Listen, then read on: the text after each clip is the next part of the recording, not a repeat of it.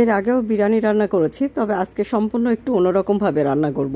তো hello viewers, আসসালামু আলাইকুম। আমি নীলা আপনাদের সবাইকে ওয়েলকাম করছি নতুন আরেকটা রান্নার ভিডিওতে। আর আজকে রান্না করব চিকেন বিরিয়ানি, আমার মেয়ের খুবই পছন্দের। তো প্রথমে কড়াই তেল দিয়ে লবণ দিয়ে আলুটা যেটা আগে কেটে নিয়েছিলাম সেটা একটু হালকা করে ভেজে নিলাম। এখন এই কড়াইয়ের ভিতরে তেল দিয়ে আমি পেঁয়াজ কুচিটা দিয়ে দিব এবং পেঁয়াজটাকে একটু ভালো করে বাদামি করে ভেজে নিব।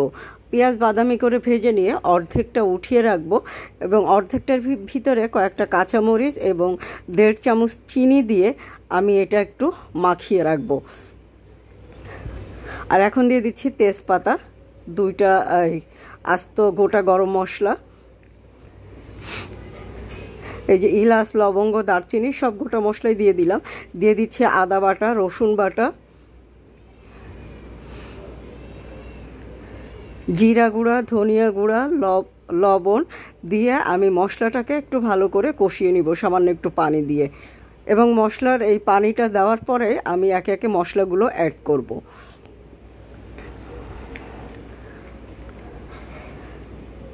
কয়টা আস্ত জিরাও দিয়ে দিলাম, স্বাদ মতো লবণ দিয়ে দিলাম, জিরা গুঁড়া, ধনিয়া গুঁড়া, সামান্য একটু মরিচের গুঁড়া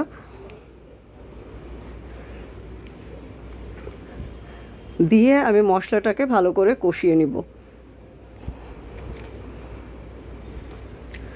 মশলাটা কষানো হয়ে গেলে আমি সামান্য আর একটু পানি দিয়ে দিব। দেখেন তেলটা ছেড়ে এসেছে। এখন আমি এটার ভিতরে দিয়ে দিব টক দই। আমি ফেটে নিয়েছিলাম, পরিমাণ মতো টক দই ফেটে নিয়ে একটু সামান্য পানি দিয়ে টক দইটা নাড়াচাড়া করব যেন দইটা ফেটে না যায়। আর তো খানিকক্ষণ সবাই নাড়াচাড়া করে নিচ্ছি। এখন এটা ভিতরে দিয়ে দিব বিরিয়ানি মশলা। 1 প্যাকেট বিরিয়ানি মশলা আমি দিয়ে মশলাটা আর একটু নাড়াচাড়া করে নিচ্ছি। মশলাটা ফুটে উঠলে এটার ভিতরে আমি ভেজে নেওয়া আলুগুলো দিয়ে দিব।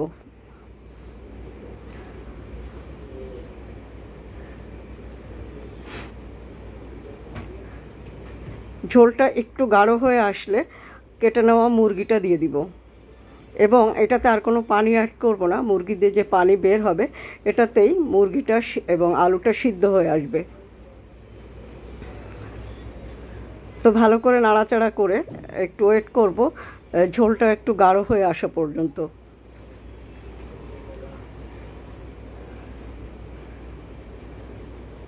এখন একটু ঢাকনা দিয়ে ঢেকে দিলাম। তারপরে ঝোলটা ফুটে উঠলে এই যে দেখেন ঝোলটা একদম গাঢ় হয়ে এসেছে। এখন আমি এটার ভিতরে চালটা দিয়ে দিব, যেটা আমি আগে ধুয়ে পানি ঝরিয়ে নিয়েছি। আজকে একটু ভিন্নভাবে রান্না করছি, এক একদিন এক একভাবে রান্না করি। তো যখন বিরিয়ানিটা অনেকভাবে রান্না করা যায়, এক একজন এক একভাবে রান্না করে, এভাবেও শর্টকাট পদ্ধতিতে রান্না করে দেখতে পারেন, খেতে কিন্তু বেশ লাগবে।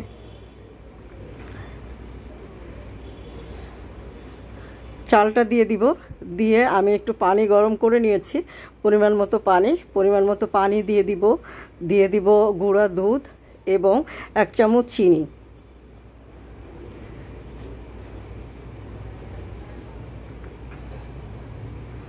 গুঁড়া দুধটা বা লিকুইড দুধও দিতে পারেন পরিমাণ মতো পানি অ্যাড করে। তো আজকে লিকুইড দুধ ছিল না, যার কারণে আমি গুঁড়া দুধ দিব। ছোট 3 প্যাকেট গুঁড়া দুধ দিয়ে দিব, 1 চামচ চিনি দিব এবং 1 চামচ ঘি দিব। দিয়ে এটাকে নাড়াচাড়া করব। নামানোর আগে পেঁয়াজের বেরেস্তাটা দিয়ে গরম গরম পরিবেশন করব।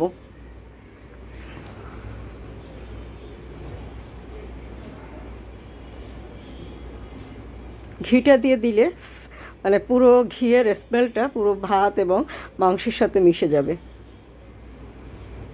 1 চামচ চিনি দিয়ে দিচ্ছি,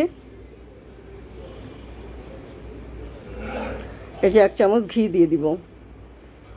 দিয়ে জাল করলে একদম বিরিয়ানিটা হয়ে আসবে, আর খুব বেশি সময় লাগবে না। এখন জালটা বাড়িয়ে দিলেই চালটা ফুটে উঠলে নামানোর সময় কয়েকটা কাঁচামরিচ এবং পেঁয়াজের বেরেস্তাটা দিয়ে এটা একটু দমে বসিয়ে দিব।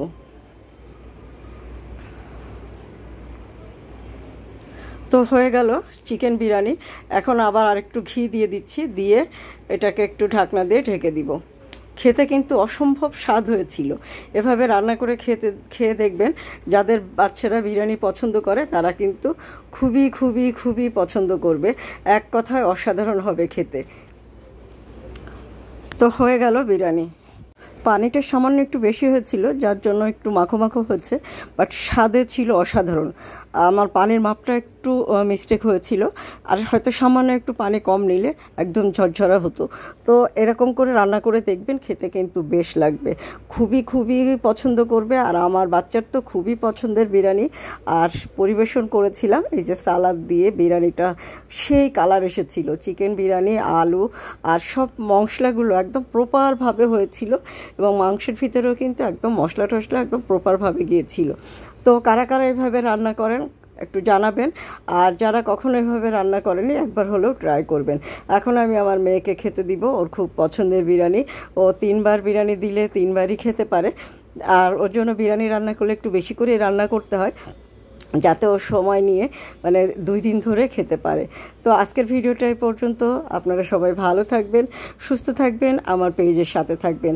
আর আমার ভিডিওটা যদি একটু ভালো লাগে অবশ্যই একটা লাভ রিয়াক্ট দিয়ে দিবেন, সাথে থাকবেন চমৎকার সুন্দর কিছু ভিডিও দেখার জন্য। তো আজকে এই পর্যন্ত। আল্লাহ হাফেজ, আসসালামু আলাইকুম।